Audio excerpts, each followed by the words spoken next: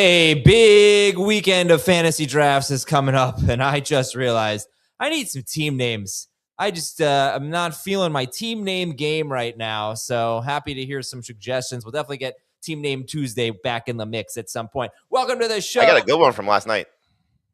What was it? One of my team names in one of the leagues we do is going to be go to the 500 section. The last hour of our draft-a-thon just really got away from me. Really got away. The last 40 minutes when Nando came on. Really. What a shocker. If the two young men who are came on the show last night that randomly came on the show last night at Universal Studios, I hope they're having a great time. I hope they got to see Scott Fish again. And that was one of the most incredible things ever. It was so cool. I wish we should do more of that. I mean, you never know how it's going to happen, but it was basically, for those of you who missed it, we had our 3-hour draft-a-thon show yesterday. I'm going to talk about some of the things that some of the other analysts from around the industry said, but we had Scott Fish joining us live from Universal Studios where he was vacationing. And he just started, we were like, let's get some man on the street stuff. So he just started shouting out, hey, Christian McCaffrey or Amon-Ra St. Brown. Nobody paid attention. Christian McCaffrey or Amon-Ra St. Brown. Then he finally found these two guys who he was like, you guys know Jamie Eisenberg? You guys know Mike Florio? They're like, yeah. They came on and asked some questions. It was very cool. But that was last night. Today is today. Thank you all for donating. Thank you all for watching. Today we're going to try to help you get ready for your draft, telling you about risky players like Christian McCaffrey and Ashton Jeanty and Jeremiyah Love, when to take them, giving you news updates, giving you some takeaways from the draft-a-thon. One of the biggest risers, I think, is pretty clear at this point, is Bucky Irving. Whether the industry is going to be right about him or not. I mean, I saw him going at the 3-4 turn in one of the FFT Open leagues yesterday. I want to talk about Bucky Irving, a little bit of do not draft list, and offensive line. We're going to talk about some offensive lines. Apparently, the Commanders' offensive line struggled mightily in joint practices, and who else is worrying us right now? Let's start with drafting risky players. Christian McCaffrey is blank in your rankings. Jamie. 11th. Dave. 8th. Okay. Me, he's more like 5. I don't really, it just kind of, whenever I feel it, whenever I'm feeling it, let's just go. Sounds like you're feeling it. This guy has averaged 23.8 or more PPR fantasy points 4 times in his career, 4 full seasons in his career, at least 16 games. And I remind you, in 2022, Christian McCaffrey had 381 touches. He played 3 postseason games. They probably went to the Super Bowl that year. It was a long run. Maybe it was an NFC Championship game. And he came back the next year, played 16 games, and averaged 24.7 points per game. So, no, he didn't have 400 touches, but he had 381. I'm trying to convince myself that I'm not crazy. You're not crazy. Look, he's amazing. We all want him to be amazing. We all want him to be the same guy that he was last year, and the same guy that he's been every year of his career when he's been healthy. However, 2 times he's been over 400 total touches, and 2 times he has failed to play a full season the next year. So it's tough to say it's safe. And you reference what year? 2022. No, 2022, 381 touches, including. No, I don't think that's right. I think it's 2023. No, it's 2022. Oh, okay. Maybe it's 23. It was the year he got traded to the Niners. I see. 2022. Okay. 2022 was his first full year with San Francisco. 2024, he missed time. Yeah, so 2022, 381 touches. He did not go to the Super Bowl. That was the year where Purdy got hurt in the playoffs. They lost Philadelphia. Okay, lost in the NFC Championship game. 3 postseason games, though. And then he played a full season, basically, and he averaged over 24 points per game the year after. But he didn't hit 400 touches, I get it. Yeah, 3 years ago. He's 30 now. Young. 37. Whatever this mysterious absence was. All part of the plan, Jamie. You're not paying all part attention. of the plan that his coach either lied about or he wasn't forthcoming about, or just, hey, I'm good. Look, listen, nobody wants to be more wrong than me. I want to be wrong on this. It's the same thing I said about Barkley last year. I want to be wrong on this. I want him to be awesome. I have McCaffrey in my longest running dynasty league. I have McCaffrey in a league that I drafted the other day because he fell to 11 and it was too hard to pass up at that point. So I think if you're comfortable drafting him, you've been the only person that I've seen in drafts that I've done that has taken him 5th overall. I thought Mike Florio said it best on our stream last night. He wants other people to take him. I feel the same way. I want somebody else to take him, and I want them to be rewarded by doing so. But at the same time, like, I'm drafting a lot of Kalen Black. I want to see who's going to be the number 2 running back there because we've been down this path before. So I'm nervous. That's the only way I could frame it is I'm nervous about McCaffrey staying healthy for a full season. Let me tack on one other thing, Adam. Yeah, all right. Look at what the Niners did this offseason. They brought in Mike Evans. They brought back Deebo Samuel. They drafted Devaughn Stribling. He's going to be a thing. George Kittle's healthy. They are not going to be, or at least they don't want to be, as reliant through the air on McCaffrey as they were last year. 7.1 targets per game for McCaffrey was a high. That's the highest average he had since he went to San Francisco. It's the second highest of his career. It's the highest he's had in San Francisco by 1.7 targets per game. So if we knock that down, and it makes sense to knock that down, given everybody that they've added in San Francisco, that's fewer catches. That lowers the PPR threshold. That lowers what the upside is. And I think the addition of Kalen Black and Jordan James getting healthy, I think they're there to take some of those lesser important carries off of McCaffrey. And that just opens the door for him having just a little bit less. And I talked about it on the Draftathon. I think there is a world where he averages somewhere between 16 and 18 PPR points per game and make that look like 12 to 14 non-PPR points per game, something in that range, where he's still worth a first-round pick, but not a top 6 pick. And there's obvious downside. We've talked about it. Jamie just talked about it. It's real, and it makes me nervous to take him anywhere close to where you're taking him, Adam. That's fine. I understand. I'm looking at 8 different FFT open leagues. I'm going to tell you, he went 11th.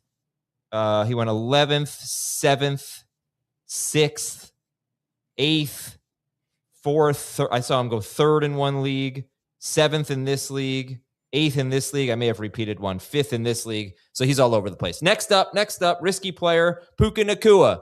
Maybe suspended, still hasn't practiced. He's got a groin injury for Puka, is it? Yes. Yeah. Would you rather have Puka Nacua or Jackson Smith-Njigba? Today it's Puka. But we're getting closer to that point where if he's not back at practice soon, you've got to imagine that this injury could limit him a little bit early on in the year, and maybe it lingers on, and you might feel better taking JSN. Jamie, Puka or JSN? It would be St. Brown for me if I have to choose another receiver, but it would probably be both if I'm going to move Puka down. So I think just looking at it that his ceiling is wide receiver 1. We saw that last year. His floor is probably wide receiver 10, I think, at minimum, as long as he's healthy. So hopefully there's, reason to buy into him still being that guy. And as of now, I agree with Dave. I'm not moving him down. Yeah, it's just the only 2 players who averaged more than 22 points per game last year, other than quarterbacks, were Puka Nacua and Christian McCaffrey, and it's a shame when we have questions about both of them going in. I want to show a graphic here because we got an great email from Bob. It said, is anyone slightly concerned with Puka's 2026 volume given how stout the Rams defense is projected to be? Doesn't it seem more likely for JSN to finish with more points? So I did some numbers here. I want you to look. This is Puka Nacua. Now, he usually has, every year of his career, has had 10 to 12 carries. What I did was carries. Carries. So I just used his receiving stats. Didn't put any carries in there at all. Fantasy points per game last year, just on receiving stats for Puka Nacua, was 22.5. The Rams ranked 5th. They ranked 5th in pass attempts. The rest of this is hypotheticals. Sorry, it says 2023 and 2024 and the fantasy points per game. That's actually my mistake. That's not what those numbers are. So you can ignore that if you're looking at the graphic. These numbers are, let's just say the Rams were 16th in pass attempts last year. How many points would Puka have averaged based on his yards per catch, yards per target, catch rate, touchdown rate over the last 2 seasons, and his target share? If they had been 16th in pass attempts per game, Puka would have averaged 20.1 points per game on 167 targets last year. If they had been 28th, I think worst case scenario, 5th fewest pass attempts in the NFL, he would have averaged 17.4 fantasy points per game. And that's bad. That's bad for a guy who's going in the top 5. That's like a second round pick or maybe a 1-2 turn kind of player. But that's if the Rams had been 28th in pass attempts. I don't see that happening. Nope. They're usually middle of the pack in pass attempts. Last year, they were 5th. They're usually middle of the pack in pass rate. So I think maybe you look at if they had been 16th in pass attempts, he still would have had 167 targets. He's had a 30% target share when he's been on the field each of the last 2 seasons. And he played 3 games last year, 3 healthy games where the Rams allowed less than 14 points. And he had 8, 11, and 11 targets in those 3 games. Hope that helps a little bit. Next risky player is Ashton Jeanty. Been seeing him a lot in the middle of round 2, sometimes all the way to the middle of round 3. Would you rather have Ashton Jeanty or Devontae Smith? Still Jeanty right now, but that's close. They're almost back-to-back for me. Almost back-to-back for me, too. I've got Smith 2 spots higher. Josh Jacobs. There was a note yesterday. It was a little almost alarmist that they talked about the Jacobs suspension in a press conference. They said they have plans in place in case Josh Jacobs gets suspended, but they didn't say they expected it or anything like that. This was the GM for the Packers. Would you rather have Josh Jacobs or a preseason riser, Travis Etienne? Jacobs. Still Jacobs for now. Okay. So close. Jamie, you see the breaking news? On Alec Pierce, yeah. Yes. Oh, he's off the PUP list. That's great. That's really good. Okay. And Josh Downs has a calf injury. We're going to talk about him soon. All right, so Jacobs, you're taking him ahead of Achane. How about Jacobs or Kyren Williams? Jacob. Oh, Trev. You said Achane, and immediately my mind went to Devaughn Achane. Devaughn? I would rather have Devaughn Achane than Josh Jacobs. Who did you ask now? Which Williams? I'd rather have Jacobs than Kyren Williams. Yeah. I'd rather have Jacobs than Kyren and Javonte Williams. Is Jacobs top 30 player for you? Yes. No. Okay. Where is he, Dave? 26th. All right. He was RB9 last year, and he was even better than that before he kind of played the last few games of the year injured. Yeah. And he had 3 games where he played fewer than 40% of the snaps. Take away those 3 games, his healthy games, Josh Jacobs averaged 19 PPR fantasy points per game. I mean, that is a first-round player. So it's very appealing. But, he hasn't been practicing. I think is he back? He just got back, right? To practice. I don't know if he's gone through any full team drills yet, but he has been back at practice. I think he has. He did. I think he just did 11 on 11 for the first time this week in a long time, Josh Jacobs. Which is fine, especially for running backs. Like, you don't want them getting all beat up during camp, and let them take it easy. As long as they're practicing in full, week and a half, 2 weeks before the start of the season, we're good. All right. Next up, Jeremiyah Love or T. Higgins? Jeremiyah Love being one of those risky players. T. Higgins probably one of the safer players. Higgins for me. T. I think it's getting kind of crazy with Jeremiyah Love. I mean, he's a 4th round pick in a lot of leagues right now. And why such a downgrade? That's like a full round, and he could be back for week 1. Where would you draft RB16? Round 3. Mid to late round 3. Mid to late round 3. Exactly where I have Love. That's what Jeanty was last season. And there was an email, I can't remember who it was, but it was one of the best emails we got all year, I think, for me anyway. Said we had Jeanty, we had Love ranked somewhere around 13, 14, before his high ankle sprain. And he said Jeanty was RB 15 or 16 last year per game. That's the worst outcome that we've seen from any running back drafted in the top 10, over the last 10 years or so. Zeke, Fournette, even McCaffrey in full PPR. McCaffrey didn't have a great rookie season. He's caught a ton of passes. McCaffrey, Bijan Robinson. Anyway, like, it seems like we were drafting Love at his floor before the ankle injury. Now he's going around later. Am I not? Now he has an ankle injury. Yeah, he does. That's why. But it was a preseason one. All right. I get it. I mean, look, it's a good sign that he was back in practice yesterday, doing some rehab stuff visibly, so people can see, that he's moving around. I think the concern comes in that he's injured on a bad team with a rough schedule, with competition in his backfield, of one specific scenario that hurts his upside, and that's the touchdowns. Because if Tyler Algier does what Tyler Algier is capable of doing, and probably the role that he's going to play, that's where Jeremiyah Love's going to lose. Look, he looked awesome in that game against the Raiders before he got hurt. He has the ability to be awesome.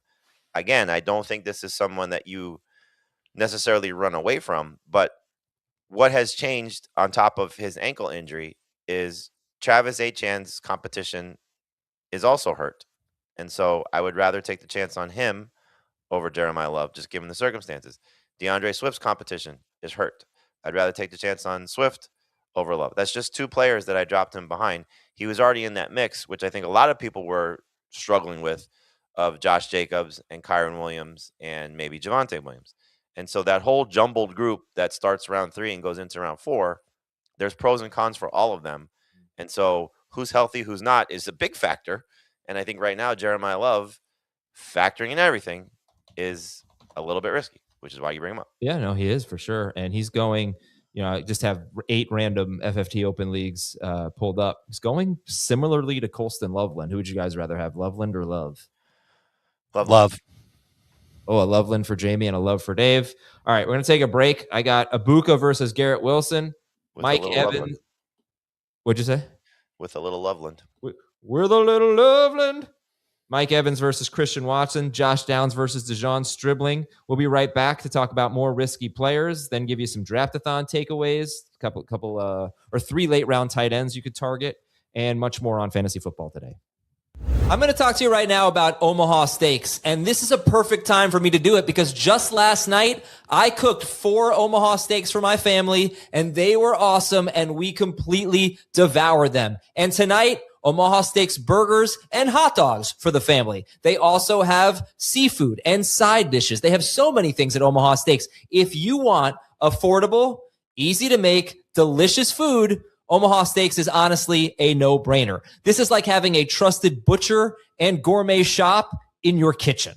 And let me tell you about the burgers. Incredible deal here. Try a Burger Perfection Flight for just $79.99. This is what you're getting. 20 premium steak burgers crafted from 5 distinct cuts of steak, each with its own unique flavor profile and texture. Again, incredible value. So try the Burger Perfection Flight from omahasteaks.com today. That's 20 premium steak burgers for just $79.99. Plus, get $35 off with the promo code FFT. That's omahasteaks.com, promo code FFT for $35 off at checkout. Terms apply. See site for details. Move on to Emeka Egbuka here, but I forgot to have played the worst soundbite thing ever when we were talking I thought you did that on purpose. There we go. Emeka Egbuka or Garrett Wilson? Who do you like better now? Garrett Wilson. G-dub. What a shame. It is. Yeah. Wilson Egbuka or Tedero McMillan? They're back-to-back, and I've got Ted a spot higher. I think the thing about the players you keep bringing up is if you're into drafting them, you're going to get them at great value now. I know. Think about this. Luther Burden comes back to practice yesterday, right? Mm-hmm. We all love Luther Burden before he got hurt. The entire industry loved Luther Burden before he got hurt. And now you got him in round 5, potentially. Well, would you rather have Egbuka or Burden? I still have Egbuka ranked 1 spot ahead of him, but if Egbuka remains out through the weekend and into the early part of next week, I'll move Burden ahead. I have Egbuka higher, considerably. Mike Evans, who plans to play week 1, even though he has a groin injury, according to Jeremy Fowler, or Christian Watson? Watson. Double checking my rankings, I have Watson higher. Yeah, we had Adam Ronis on yesterday during the draft-a-thon. He's from Fantasy Life, and he's got an FFT open league, and he's a terrific analyst. And I asked him for some breakouts. He mentioned Christian Watson. And it's just, I want to, it's been a while since we've really broken down these players, but I want to remind everybody, Christian Watson is a yards per target standout. He has been second in yards per target 2 straight seasons behind Alec Pierce both times. High ADOT guys usually are great at that, but he was also starting to get a lower ADOT, like came back first 3 games last year at a 26-yard ADOT from weeks 11 through 18.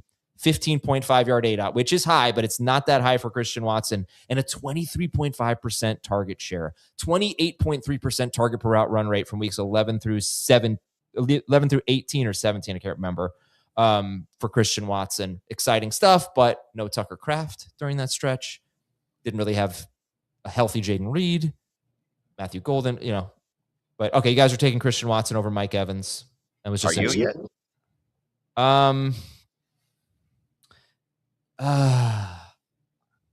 I think Christian Watson is such a good player, but I do worry about the targets, Yeah. I worry about the volatility. I'm still taking Evans. reluctantly. I'm worried about his volatility too. I mean, we're talking about two players that have some injury concerns, but at least one of them is a little bit younger and isn't hurt now, and that's Watson. And I feel better taking the chance on Watson, seeing an uptick in targets. He averaged 5.5 last year. If we're thinning the receiving core in Green Bay with no more Dobbs and no more Wicks, then maybe he can get to 6.3 targets per game. And that can bump up his PPR points per game to maybe closer to 14. I think it's going to be a roller coaster, though. I've looked at so many metrics with him, and there's just like, it's less than 50% of the time. Less than 50% of the time he was good when he had a 70% plus route rate over the past 2 years. Christian Watson? This is Christian Watson. 8 games, including the postseason, where he had 70% of the routes run last year, 18 plus PPR in 3 of them, 12.6 or fewer in the other 5. He's a good enough to be a low-end number 2 wide receiver. Not worth reaching for, but there's that point in the draft. You get to late round 5, early round 6, and you look at what's left, and you might get a little nervous. At least you're taking a guy who does profile as the number 1 wide receiver on what should be, what should honestly be a good Green Bay offense. And maybe that defense isn't as good, and it forces a lot of pass-heavy game scripts. You have a lot of guys in that range that are very similar profile. You have Jameson Williams, you have Marvin Harrison, you have Mike Evans, Christian Watson. Like, they're, for the most part, volatile players, somewhat touchdown dependent, may or may not lead their team in targets. Brian Thomas Jr., like, you know, all these type of guys. So, like, the pivots, if you need a receiver in that range, I've moved Chris Godwin into the top 30. I think he's, you know, worth taking in this range at this point. Late round 5, early round 6. Sure. Parker Washington, another one, you know, that has that type of upside as well. So, you know, if you just don't want to deal with the inconsistencies, but targeting guys that are going to get more targets, like, you can move to a couple of different wide receivers there. Okay. Let's go on to, by the way, the Packers have been 30th and 27th in pass attempts the last 2 years. Just get me closer to 20. And then, you know, we won't have to worry so much about the target crunch. Let's go to the last one that I have here on this risky players list. We've liked Josh Downs all offseason. Would you rather have Josh Downs, who's now dealing with what's being called a minor calf injury, or Devaughn Stribling? I'll take Downs. Downs for Dave, Stribling for Jamie. Okay. We didn't get a ton of consensus on this one. We did with Egbuka versus Garrett Wilson. We did. Oh, is that with T. Higgins and Love? And Love. Yeah. Yep. What about Jeanty or Devontae Smith? I forgot. What did you guys say there? I said Smith. I said Jeanty for now. Okay. All right. Well, there you go. Let's tell you what you need to know in terms of content. We have there our must draft destination on the fantasy site, cbsports.com/FFT must draft. We love that you listen to the podcast, but if you want our must draft players, you want a little write up on them, you can go to that URL, cbsports.com/FFT must draft. This is a brand new feature that we have, exclusive picks from the FFT crew, organized by where we target these players throughout the draft. So as you move through the draft, you can see which players we think you should be targeting in each range. Again, it's brand new. Be one of the first to check it out. cbsports.com/FFT must draft. And today, CBS Sports Network. What time are you guys on? Noon? Yes. Noon Eastern, CBS Sports Network. If you miss it, you can see the replay at youtube.com/fantasyfootball today. The guys will be talking about their do not draft list, and we'll have a little preview of that later on in today's show. Draftathon takeaways. So there was a, decent amount of buzz about Bucky Irving and him moving up. And I wonder if we're overreacting a little bit from Pewter Report, just speculating that Sean Tucker might not make the roster. And now we're just maybe thinking, oh, well, he's not a factor anymore. Dave, you mentioned on the show last night, you saw Sean Tucker not working with the starters. But to me, that's not a huge surprise because his role, he's not a starter. He's just maybe a goal line back. But one way or another, Bucky Irving seems to be on the rise right now. Dave, do you feel that? Do you think it's justified? And where are you on Bucky? I'm not ready to move him up my rankings, but I also never really sent him too far south in my rankings. He's a top 50 player. He remains a top 50 player. Would take him ahead of running backs like Judkins, Scadaboo, Price, and Montgomery. And it's on the hunch that maybe this worry about Tucker does go away a little bit, and Bucky is best suited to handle most of that work near the goal line. But he looks great, put on a little bit of muscle. He looked a little bit bigger than I remember him being. And they're going to run a scheme that's going to be favorable to him. A lot of outside runs, letting him win the edge on the outside. I think he can do that against plenty of defenses. The offensive line for now is healthy. They were under siege on the first day of their joint practice against Jacksonville, but that was in pass protection more so than run. And you worry a little bit about just how many targets he gets, because last year he definitely got a bunch, certainly early on in the year, 4.8 targets per game in his first 4 games before he got hurt. I think that goes down because Gainwell's there. But he stands out as somebody who could get well north of 1,000 total yards and still catch in the neighborhood of 35 passes, let's call it. So it comes down to just how many touchdowns he gets. And he had no carries inside the 5 last year, but Sean Tucker had 9, Rachaad White had 8. And if those guys aren't there, that means that those carries are up for grabs. I'd be surprised if Tucker's not on the team, then Josh Williams. I'd be surprised if Gainwell got a lot of those. I think Bucky would be in line. And so getting him at that 4 or 5 turn range, I'm good with. I'm hopeful for more than 35 catches from Bucky Irving. I keep giving this stat, but the first 4 games of the year, he was on pace for 81 catches, did not have a single target on third down in those 4 games. I don't think 81 is even close to possible, but 50, I think, could be, just because Baker Mayfield has had a history with Tampa Bay of throwing to his running backs on first and second down. Gainwell's definitely going to play on first and second down, but Bucky will play a little bit on third down, I think. But anyway, so 4-5 turn, we're still thinking for Bucky. That's where I've got him. Jamie? He's in round 4 for me. I think just the part of the reason that I moved him up was really more about the guys in front of him with Scatterboo and this whole mess of what the Giants' backfield could look like. I'd rather take Bucky, Judkins, and the offense that he's going to be on, and just the struggles that are happening there. So I just feel like when we get to that point of past the group that I mentioned, Javonte and Kyron and Jacobs and Jeremiyah Love, Achane, Swift, Breece Hall, he's the next running back. Yes. Okay. What else from last night? So there were some late round tight ends that were talked about. Ben Gretsch and Dan Schneier both talked up Terrance Ferguson. Jacob talked up Juwan Johnson and Dalton Schultz. Jamie, how would you rank Juwan Johnson, Terrance Ferguson, and Dalton Schultz? And who's, when you talk about the highest guy, where is he in your rankings? Those guys are all back-to-back, 15, 16, and 17. So Andrews is tight end 13 as the first number 2 tight end in my rankings. Kincaid is 14. 15 is Schultz, just with the Higgins absence. And, I think he'll be over 100 targets. He had over 100 targets last year. Prior to that, he was basically 88 targets in each of the first 2 years in Houston. Juwan Johnson right after him. The longer Jordan Tyson is out, I think the better that is for Johnson, who should be second on the team in targets. And then Terrance Ferguson is the highest Ferguson in my rankings, ahead of Jake Ferguson.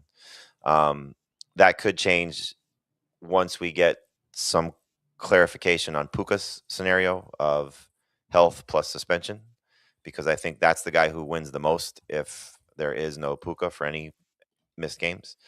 But they still need a third pass catcher, and by all accounts, he's going to be the third pass catcher there, unless you're factoring Kyron. So we'll see. But I think just looking at upside, the 2 veterans and the second-year guy, for me, better than Brenton Strange, better than I had Chico Conquo there for a majority of the offseason prior to the Stephon Diggs signing. I'm trying to think of any other veteran guys there, the also ran tight ends.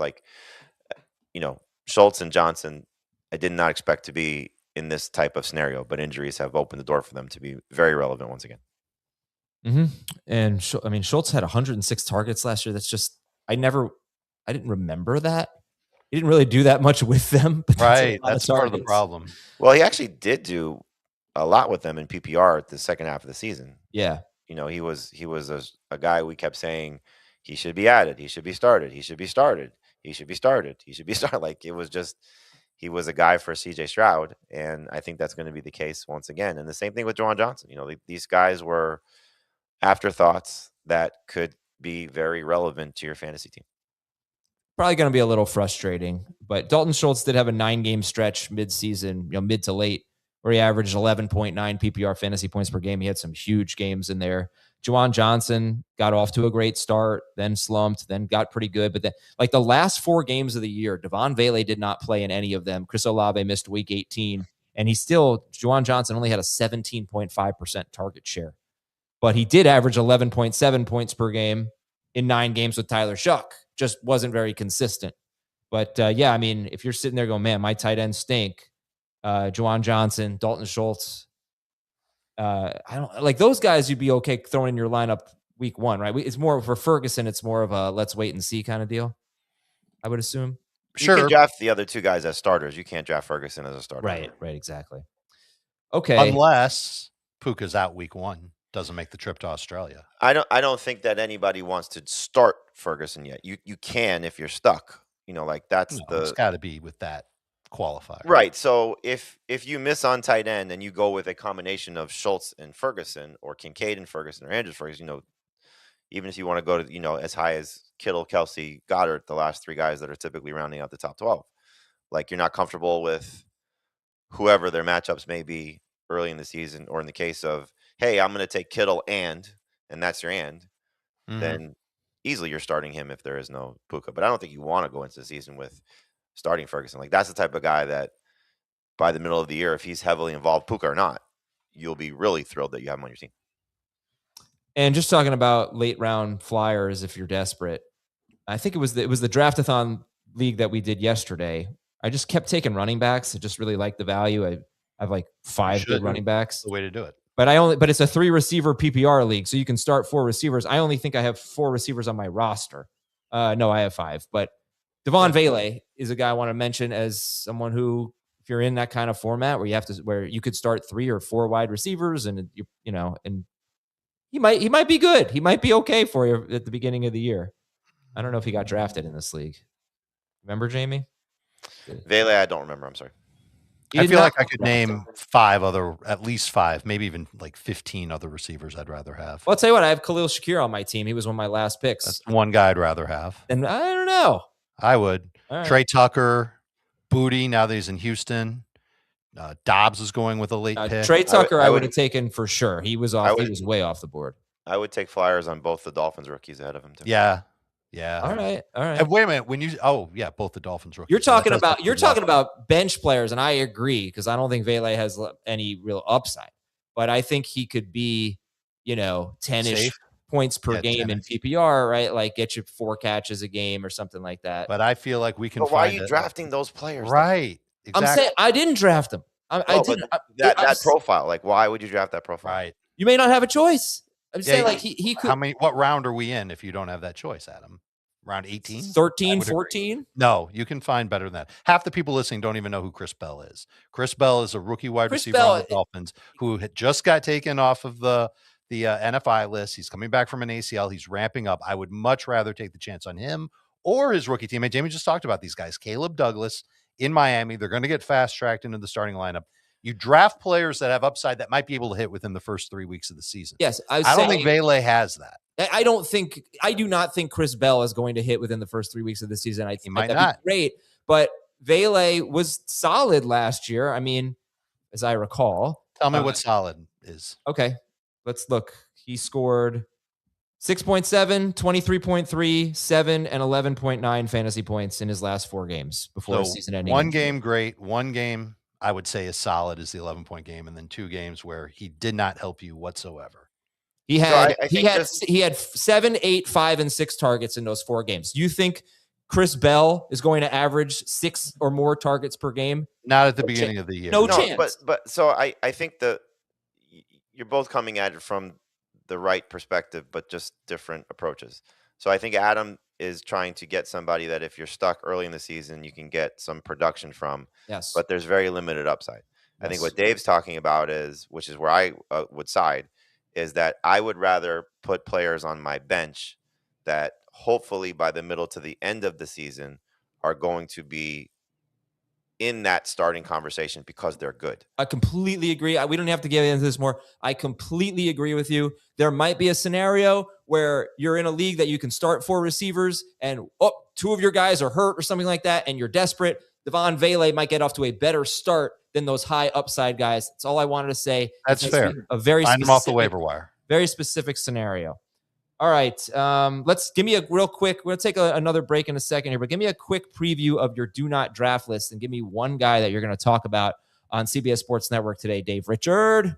Breece Hall. Going to stay on this hill. I'll die on it if I have to. Very worried about how effective the Jets will be, worried about how Frank Reich will utilize him and not maximize it. Don't like the fact that he had a groin injury in training camp. Hopefully he'll start practicing a week or 2 weeks before the season starts, and that'll be out of our heads. I know he's a good running back. I know he's talented, and I know he had a lot of work last year. Still averaged 13 PPR points per game. I don't think he's a third rounder. You think he's a fourth rounder? I think he's a fourth rounder and a late fourth rounder. Jamie, do not draft list? We talked about a lot of them already. So, I mean, I'm going to bring up more arguments against Jeanty and Love and McCaffrey. I don't think we need to talk Devaughn Achane again about why I would not be drafting him. The other guy on the list is really more of an ADP thing, and that's Josh Allen. So 19th overall when every other quarterback basically is round 4 or later. I just don't understand. He is not going to be that much better than the field. So do not take Josh Allen in round 2. I haven't drafted any Josh Allen, and I haven't drafted any Travion Henderson either. That was the guy I gave last week on CBS Sports HQ. Just curious to see. Let's see, just over the last 2 days in NFC, now that Travion Henderson is hurt, where is he going? He's going 67th overall. That's still right. Basically tied with Ramondre Stevenson. I don't get it. I wonder if we're going to wait a minute. You should get it. People love upside. They want to draft a player that's got crazy good upside. He has as much upside as anybody, I think, as it's true. You but said for a previous episode, Adam, like or somebody asked us the question, like rank the backup running backs. It's hard not to put him first, but it just is not what's reality right now. And the fact that you just gave a date range that factors in his injuries or injury. Which we don't think is a big deal, right? No, not but as of now it's usually something that moves the needle, and he's still 66th on our site as well. And Ramondre's 79th. Like that's not, I don't understand that. Yeah. Me neither. And also, again, if you want a player who has big upside, if the starter gets hurt, why take Travion Henderson in round 6 when you could take Blake Corum, Kyle Monangai 2 or 3 rounds later? We know, like, honestly, even Tyjae Spears probably has decent, not Travion Henderson upside, but he's going to be worth using, I think, if Pollard's out and he goes super late. No, okay, fine. No, hashtag right. Titans. Yeah. Well, then don't draft Tony Pollard. I'm trying not to. All right. I've drafted a decent amount of Tony Pollard, but I'm sorry. Yeah, it might not be great. All right, we're going to take a break, and we'll come back with your news and notes on Omarion Hampton, Ken Walker, Luther Burden, and more. And we will finish with some offensive line talk and maybe see if we have time for your emails on Fantasy Football Today. We'll be right back. Big Ten on CBS brings us East and West. Here's what we've been waiting for, partner.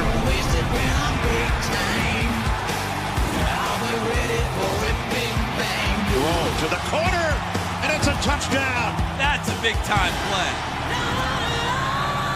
When everything comes together, CBS Sports brings you Big Time, Saturdays on CBS and streaming on Paramount+. I will send ice cream to the office for either one of you if you can name, without looking, the 4 games that are on tonight. Oh, I don't know. No clue. Oh, wait, preseason games? Yeah.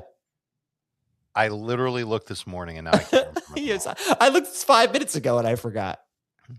It's been honestly the worst preseason ever. Why? They're all bad. No, this has been awful. Like nobody plays.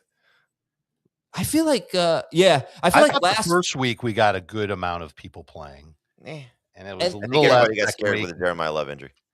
Yeah, right. I think that spooked a lot of people. Well, also I just assumed last week there weren't going to be a lot of starters playing because all these teams had joint practices, and then last Thursday, a lot of the starters played, and I was like, "This is weird." But then Friday and Saturday they did not at all, which was honestly great because I don't want to overreact from like one series. All right, tonight's Pittsburgh, Buffalo, San Fran, Las Vegas, New England at Cleveland, and the Rams are at the Chargers. But now let's get into the news and notes brought to you by Stitch Fix. And if you're like me and clothes shopping isn't really your thing, Stitch Fix has you covered. Get $20 off your first order at stitchfix.com/football. Stitchfix.com/football. Omarion Hampton. Dave, I thought you said something last night. I don't know if it was you about Hampton and just a glowing report about him. And Yes. then we saw McDaniel say something glowing about him. What's the deal here? Lots of glowing stuff about him. Daniel Popper from The Athletic, who is around the Chargers quite a bit, says don't overthink it. It's a no-brainer. Omarion Hampton is the lead back here. And then Mike McDaniel took to the press and compared Omarion Hampton to Terrell Davis. Yeah. That's lofty stuff. That's that might be a little much for Omarion Hampton. That's a coach maybe giving a little too much lip service, but it certainly, he wouldn't say these things if he didn't believe in Omarion Hampton to be a capable lead running back for his team. Chargers offensive line is mostly healthy. Losing Biotish stinks, but they've got their tackles. They'll be able to solve the problem on the interior of their offensive line. And I think Hampton is now set up for a much, much better year than he had last year. And last year was pretty good. 9 games, 15.1 PPR points per game. I have him as a top 15 running back. Or overall top 15. Pick. I'm sorry, top 15 overall. Of course he's a top 15 running back. Goodness gracious. So you could take both, but if you had a late first round pick, would you take Hampton, CeeDee Lamb, or Justin Jefferson? Lamb would be the pick. Jamie? Lamb, Jefferson, Hampton, but they're all very close. Kenneth Walker had some swelling in his foot. It was caused by his shoe. I don't think this is a big deal. It's been there, man. Yeah. Have we? No, I'm joking. Okay. Luther Burden participated in practice. He's trending toward a week 1 return. Same with Miami wide receiver Chris Bell. I mean, he could play week 1. Dave was just talking about him. Alec Pierce is off the PUP list. Jaden Daniels has had a great offseason, according to The Athletic, but we're going to talk about their offensive line very soon. Tyler Warren may not practice this week as the Colts are playing it safe, trying to get Warren ready for week 1. Jacksonville used Chris Rodriguez over Bajal Tootin in the 2-minute drill in yesterday's practice with LaQuint Allen still out, Dave. Right, and Allen would normally have that role, so this shouldn't be something that makes you nervous about Tootin, nor excited about Chris Rodriguez unless the Allen injury does bleed into the regular season. But who do you think is going to be the goal line back there? Rodriguez. I'm afraid it's going to be Rodriguez, and that's unfortunate. However, Tootin did well at the goal line last year, and he had a better rate inside the 5 than Rodriguez did in Washington in 2025. It honestly wouldn't surprise me if Rodriguez began the year in that role, and if he can't connect on a couple, the Jaguars go right back to Tootin. I mean, if you don't think we know he's not going to be the third down back.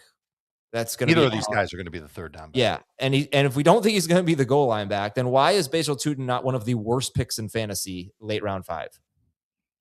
Well, there's uncertainty with what's going to happen. I mean, we could say he could be that guy or he could not be that guy. I mean, it's not like Chris Rodriguez's resume is that fantastic. The fact that he has a history with Liam Cohen is something that I think may have gotten a little overblown or is being overreacted to. He's already been banged up in camp, so we'll see if he can hold up and, share the role. I think if you listen to Liam Cohen and everything that's kind of happened this offseason, like they want Tootin to be their guy. To what extent and to what roles he'll play, if he'll play all the roles, is what we just don't know until we see it unfold. So I think when you get into that range of running backs, again, to go back to the players that we discussed when we were talking about Bucky Irving. So Irving, Judkins, Scadaboo, Montgomery. Then there's 2 guys, you have one on the list here to discuss in Jadarian Price. Like Price and Tootin, there's a lot of questions about them. There's a lot of upside for both of them. Price could be awesome if Zach Charbonnet is out for 2 months to start the season. Price could be a disaster if Charbonnet comes back by October. And we don't know how that will all unfold. Will Price still be featured? Will Charbonnet be healthy enough to do more than is expected? And for Tootin, it's all the things we just discussed. So those 2 are very risky, but there's so much reward if they hit. All right, so let's talk about Jadarian Price then. Just a few other quick news items here. James Conner, questionable for week 1 with an ankle injury. He could still factor in for Arizona. Mekhi Lemon's been used a lot in motion and a lot on short area throws for Philadelphia. It's Mekhi Lemon. Rashad Bateman's been very good with Zay Flowers out. I wonder if he's going to be enough of a factor, fingers crossed here, to hurt Zay Flowers this season. But then, Pete Prisco, very high on Jadarian Price. And then he likes him better than Love. Wow. That is bonkers to me. Like as a player or just this year? I think as a player, I don't want to speak for him, but I know he was very high on Price going into the draft, excuse me. All right, so I want you to talk about Price, and I want you to talk about Cam Skattebo and John Harbaugh saying that there's been an ongoing pecking order at running back. I'll be back in about 30 seconds, so don't talk about me while I'm gone. Wow, Adam's brother was really an Don't talk about him either. All right, fine. So the thing that you worry about with Skattebo is that he shares too much, and that the Najee Harris signing is a legit threat to that workload that we're hoping for from Skattebo. Do I think he's the best option at the goal line for the Giants, Jamie? Yes, I think he is, and I think the Giants will use him there. But I'm a little bit worried about just how many touches and catches he'll get game to game, and I don't think it's going to look like last year, unless it's a game the Giants are just winning big. There could be they could legitimately have 4 running backs that they rotate in to some degree every single game, and Skattebo will be at the top of that list. But I worry about him being this amazing workload monster like we saw for 6 games last year. And in the case of Price, I think, again, it comes down to when Charbonnet will be healthy, because the longer he's out, the better Price can be, assuming he's able to handle being a featured type of player. So this is a different offense coordinator. So we'll see if the Kubiak rotation holds under Is it a Kubiak rotation or a Shanahan rotation? I mean, if it's a Shanahan rotation, then you got to feel good about Price, because Shanahan didn't really rotate his running backs.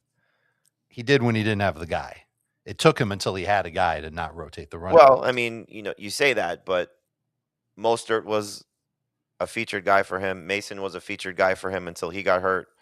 Like when he has somebody that he trusts, he typically has leaned on that guy. I mean, they had a different leading rusher for 5 years in a row, mostly because of injuries, not necessarily because they were sharing right before they got to McCaffrey. I think the case for Jadarian Price is really how much you buy into Charbonnet and his return.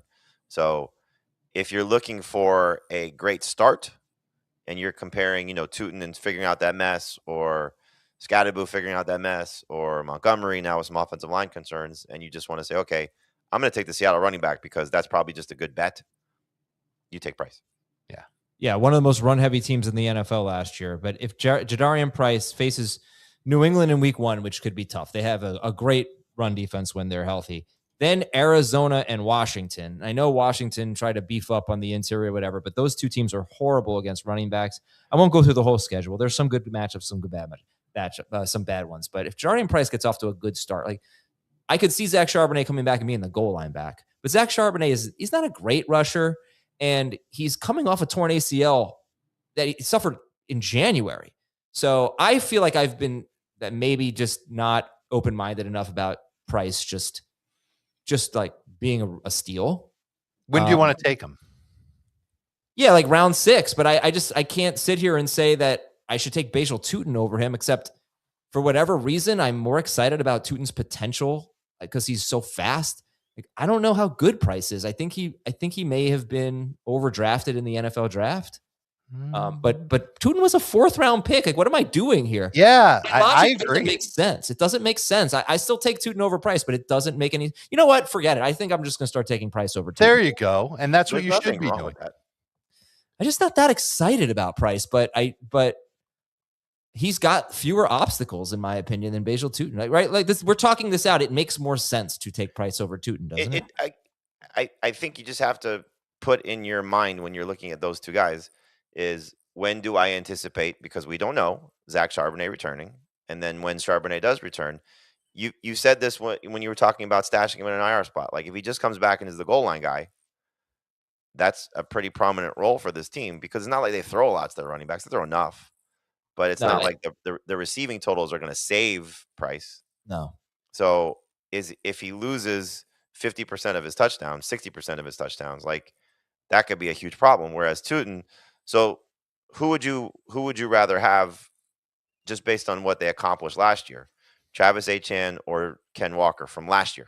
Right. No, Etienne for sure. And so that's Liam Cohen's running back versus Mike McDonald's running back, or Jacksonville's running back versus Seattle's running back. Like which of the two scenarios are better? And pros and cons for both. I mean, easily you can make the case. Like there's 400 vacated touches in the Seattle backfield with Charbonnet out. Like that's huge for Jadarian Price, who was a first-round pick. Now, we've talked a lot about late first-round pick running backs and how bad they've been. And the history is not great for those guys. But also, if you look at when Seattle takes a skill player in the first round, John Schneider's had a pretty good track record with that. So I think there's potential here for Price to be very good. You want to take him over Tootin? That's fine. You want to take Tootin over him? Like, I have a question for you.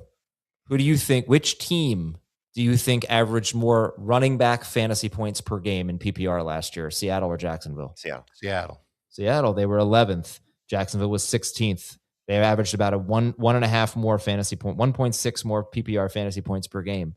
So that might be a better way to look at it. I mean, obviously it doesn't mean it's going to repeat this year, but that's another way to look at it. It's another way to look at it. There's more roadblocks for Tootin than there are for Price. I mean, it sucks. We can worry about Charbonnet being a factor in handling his role like he had last year, and I think the coaches would love to give it to him.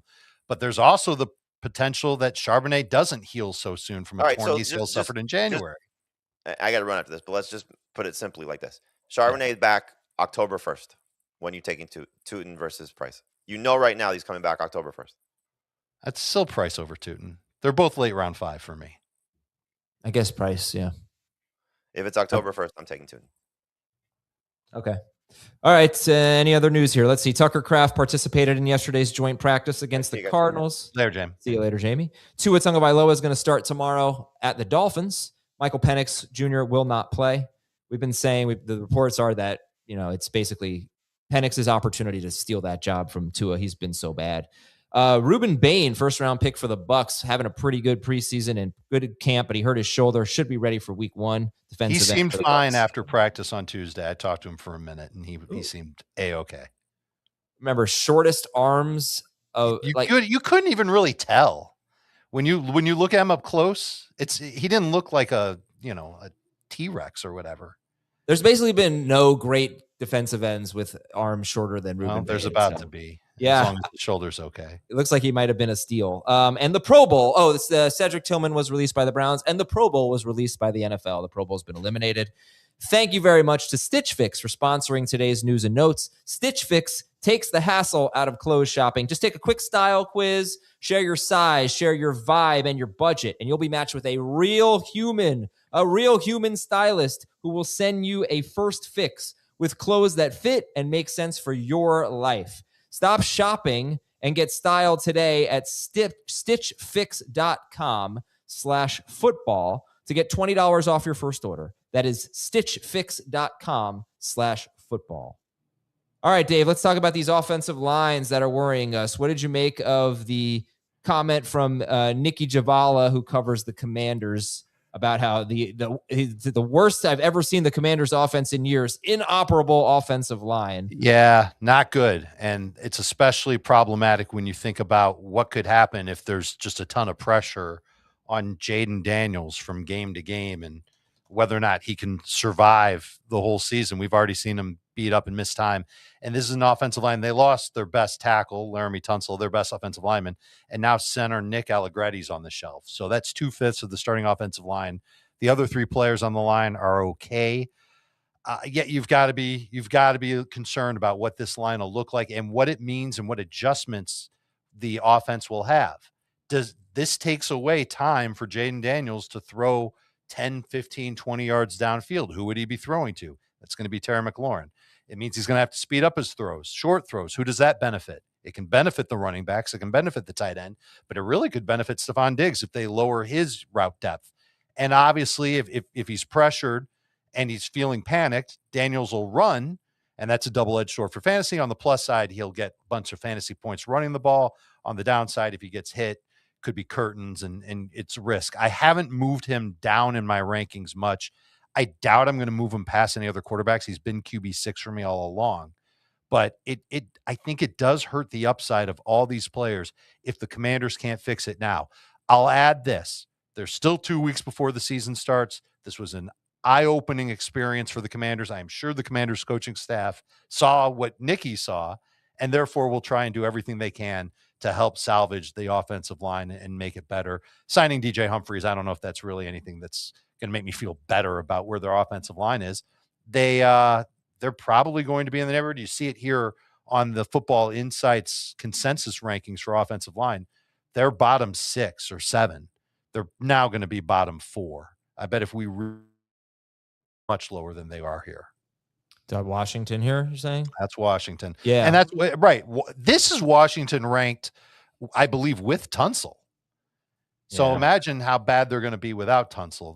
That's a bottom 5, bottom 3 type of offensive line. Now, 2024, Jaden Daniels rookie season, he was so good.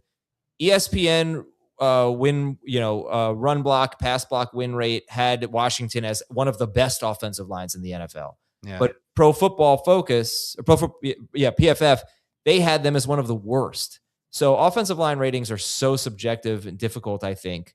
And what you're looking at here is kind of a compilation of industry rankings of offensive lines and which teams are the best and which teams are the worst, with the Browns and the Titans and the Texans and the Packers and Dolphins, which is weird. We thought the Dolphins had a good rating. I disagree with this Dolphins ranking. But the Browns and the Titans, I don't know that we really, and the Texans, I mean, those are worrisome. But, keep in mind, like last year, looking at ESPN's pass block win rate, some of the worst teams were Detroit. Detroit was 31st. The Chargers were 32nd, which makes sense. The Colts were 27th. Let's see. The Bengals were 28th.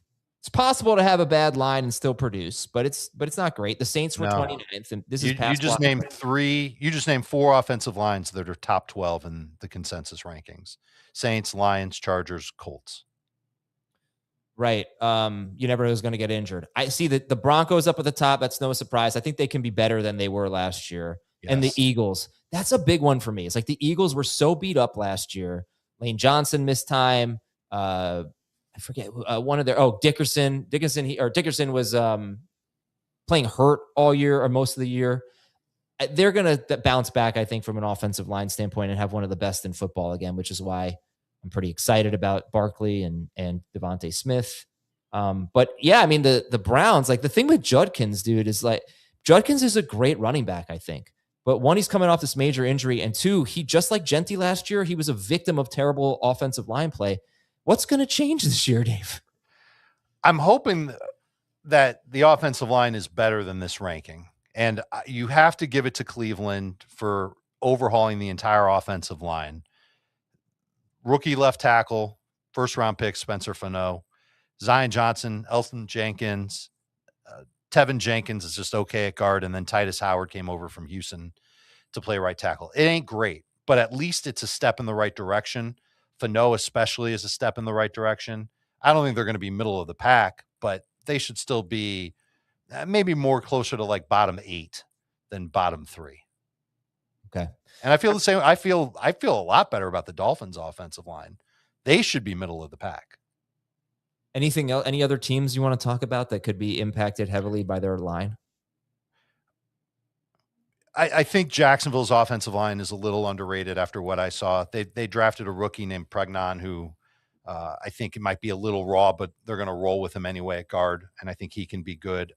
You see the Jets' offensive line in the bottom half. I think they're better than that. One of the most insane ones on this consensus rank is Carolina. 4 for 4 has the Panthers third best. Roto, I don't know if that's Roto World or Roto Wire, has them 29th best. So they are all over the map on the Panthers. It might come down to when the ranking was made for them. Yeah. Because when they're healthy and their tackles are healthy, you can make the case for Carolina to be a top 10 offensive line. But with their tackles, their top 2 tackles out, and their guards were missing for a chunk of the training camp, they're back now. You could have made the case that they were one of the worst offensive lines. So putting them in the middle is probably the right thing to do, because we don't know when their tackles are going to be healthy, whether or not their backup tackles will play better, whether the guards can stay healthy. A lot of questions up in the air. I would err on the side of caution with the Panthers offensive line and say that they're not going to be one of the top units in the league. And that's bad news for everybody there in Carolina, because Bryce Young under pressure, not great. Jonathan Brooks probably needs a little help from the offensive line in order to hit his potential. It's definitely a concern in Carolina. A couple of other ones that stand out. I think Dallas's offensive line is a little underrated. I think Minnesota's offensive line, they're already top 12 on this list. I think Minnesota's offensive line is a little underrated as well. That could be a top 10 offensive line.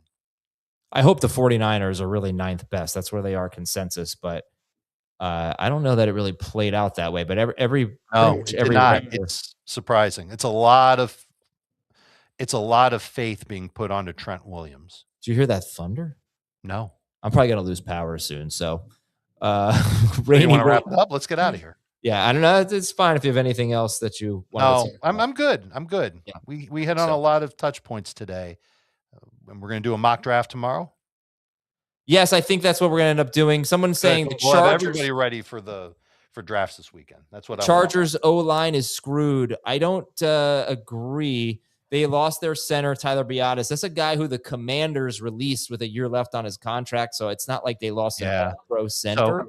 So, they've got Jake Slaughter. It was a second-round pick. He was my favorite center in the draft. I think he's NFL ready. He'll be good to go. Cole Strange is a little bit of a risky guard pick, along with Wosika at guard. I think I'm pronouncing that right. He played with Detroit last year. Yeah, those guard spots are a little spotty, but the tackles are going to be what I think carries the offensive line more than anything. All right. We're going to talk to you tomorrow and at noon Eastern today with CBS Sports Network. Thanks to Dave and Jamie. Good show today, and we'll do a mock draft tomorrow to get you ready for a big weekend. Thanks a lot. Talk to you tomorrow on Fantasy Football Today.